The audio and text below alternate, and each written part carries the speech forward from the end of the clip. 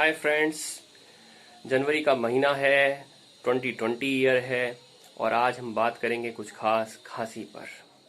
कई बार मेरे पास मरीज आते हैं ये कहते हुए, इब्तदा खांसी में हम सारी रात जागे, डॉक्टर साहब जागे, आगे क्या होगा आगे। तो डॉक्टर साहब तो सब जानते ही हैं कि आगे क्या होगा, परंतु मरीजों को भी पता होना चाहिए हमारे कि क्या क्या हो सकता है। खांसी जो है, अगर लगातार कंटिन्यू खांसी हो रही है और छोटा बच्चा है तो निमोनिया होने के चांसेस हैं।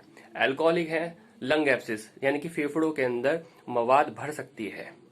अगर लकवा या अनकॉन्शियस पेशेंट है तो एस्पिरेट कर सकते हैं, उनकी सांस की नली के अंदर बलगम भरने से उनकी सांस घुट सकती है, मृत्यु भी हो सकती है। तो ये बात पता होनी चाहिए। और लंबे टाइम तक अगर खांसी होती रहे और मोटा मरीज हो जिसका वजन ज्यादा हो तो उनको हर्निया होने के चांसेस हैं। साथ साथ कई बार ऐसा भी होता है कि बहुत ज्यादा लगातार खांसी आती रहती है तो कई बार सिर में दर्द होता है, पेशाब भी निकल जाता है, लैट्रिन भी निकल जाती है। तो ये अत्यधिक खांसी का वेग होने की वजह से ऐसा होता है। अब बात आती है कि खांसी होती क्यों है। ठीक है, खांसी हमारी ही गलतियों से होती है। इसको बहुत पहले हमारे शास्त्रों में, अर्थवेद का एक उपांग है आयुर्वेद, उसमें बताया गया है प्रज्ञा अपराध। प्रज्ञा मतलब बुद्धि से रिलेटेड है। बुद्धि की बात आती है जब हम अपनी इंद्रियों से, बुद्धि से संयम नहीं रखते हैं और आहार विहार का ध्यान नहीं रखते हैं, खाने पीने का, डाइट का, और ऋतुचर्या का पालन नहीं करते हैं तो हमको रोग हो जाते हैं। ऋतुचर्या क्या, अब जैसे जनवरी का महीना है, इसके बाद में वसंत ऋतु वगैरह आएंगी, मौसम चेंज होगा, हमें पुरानी जो ठंड के कपड़े हैं वो धीरे करके ऋतु के अनुसार हमें छोड़ना होगा और दूसरी जो गर्मी वाली ऋतु है उसको धीरे धीरे पालन करना। परंतु लोग कुछ ऐसे नहीं करते हैं, वो एकदम से ही गर्मी लग रही है फौरन से ठंड के जो कपड़े हैं वो पैक कर देते हैं, या फिर मीठा खाना या बहुत ज्यादा ठंडी चीजें खाना, इन सब चीजों को सेवन करते हैं, जिसकी वजह से उनको जो है खांसी वगैरह हो जाती है। दूसरा, बाहर जो है अगर आपको पता है कि इन्फेक्शन हो रहा है, संक्रमण वाली जगहों पर ना जाएं। जैसे अस्पताल होता है, अस्पताल में जो है एक मरीज को देखने के लिए कम से कम पेशेंट के कई सारे अटेंडेंट एक साथ चले जाते हैं, अपने साथ में खांसी का इन्फेक्शन लेकर आते हैं और भी कई बीमारियों का इन्फेक्शन लेकर आते हैं। फिर उन छोटे बच्चों को होता है, इस तरह से पूरे सबको, एक पूरे घर को हो जाता है इन्फेक्शन। तो इस चीज का ध्यान रखना चाहिए। अब खांसी की बात आती है कि खांसी में कफ सप्रेसेंट बहुत लोग यूज करते हैं। देखिए, खांसी अगर बलगम वाली है तो आप कफ सप्रेसेंट का यूज करेंगे तो खांसी दब जाएगी और बलगम अंदर ही रह जाएगा और ये निमोनिया में कन्वर्ट हो जाएगा। इसलिए कफ सप्रेसेंट, खांसी को दबाने वाली दवाइयों का सेवन ना करें, अपने से केमिस्ट शॉप पर जाकर ना खरीदें, डॉक्टर को दिखाएं। ठीक है ना, वो ज्यादा सही तरीका होता है। 3 सप्ताह से अगर अधिक खांसी हो रही है और वजन भी कम हो रहा है तो ऐसे में टीबी होने की संभावना होती है। तो अपने मरीज के लिए इतना तो आप कर ही सकते हैं कि उनको, अगर किसी को भी लगता है कि 3 सप्ताह से ज्यादा खांसी है तो अपने डॉक्टर के पास लेकर जाएं।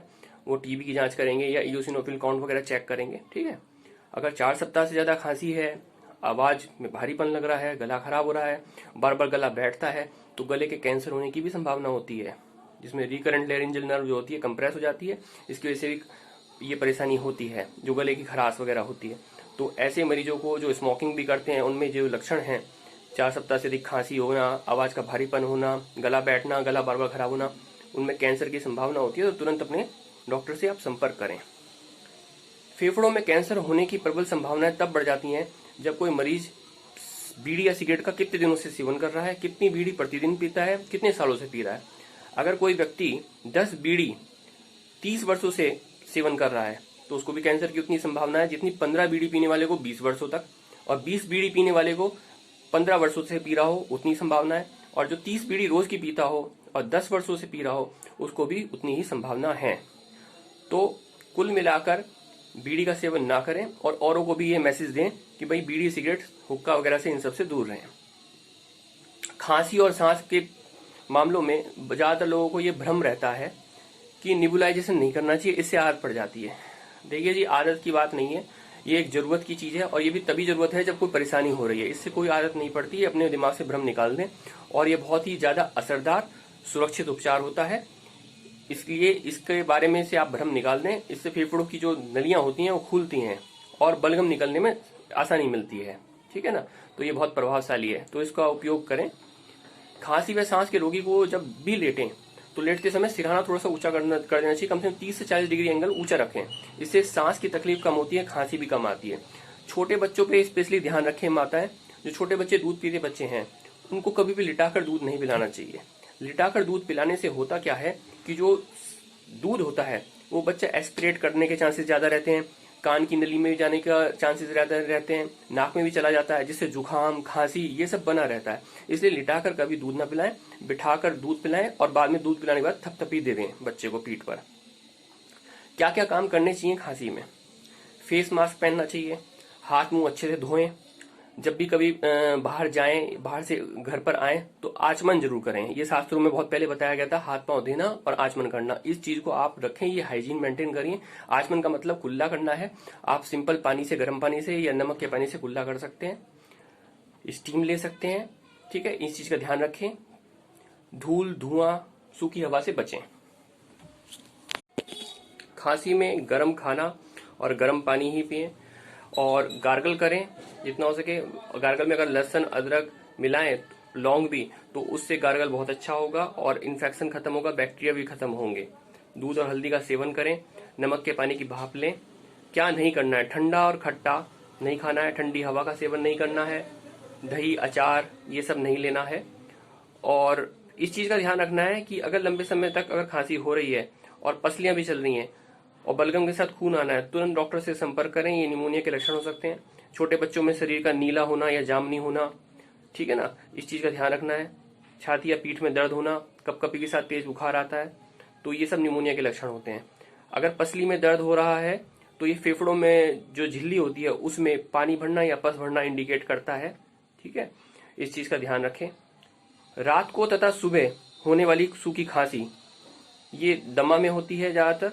और इसके अलावा एक चीज और ध्यान रखनी है कि अगर लेटते वक्त खांसी हो रही है, सांस भी फूल रहा है, तो ये हार्ट से रिलेटेड लक्षण है, तो हार्ट के डॉक्टर को दिखा सकते हैं या अपने डॉक्टर से कंसल्ट कर सकते हैं। कार्डियक अस्थमा इसको बोलते हैं। फेफड़ों के रोगों में या खांसी वाले लोगों को, दमा वाले मरीजों को पेंट, वार्निश, रबर, प्लास्टिक, लकड़ी के जो धुआं हो गया, इलेक्ट्रॉनिक इंडस्ट्री के जो मटेरियल होते हैं, वेस्ट मटेरियल, स्क्रैप वगैरह, इन सबसे दूर रहना चाहिए। इससे खांसी ज्यादा बढ़ती है।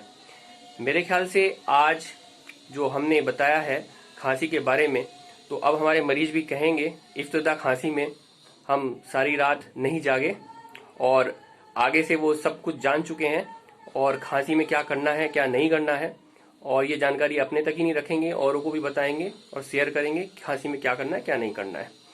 जय हिंद, वंदे मातरम।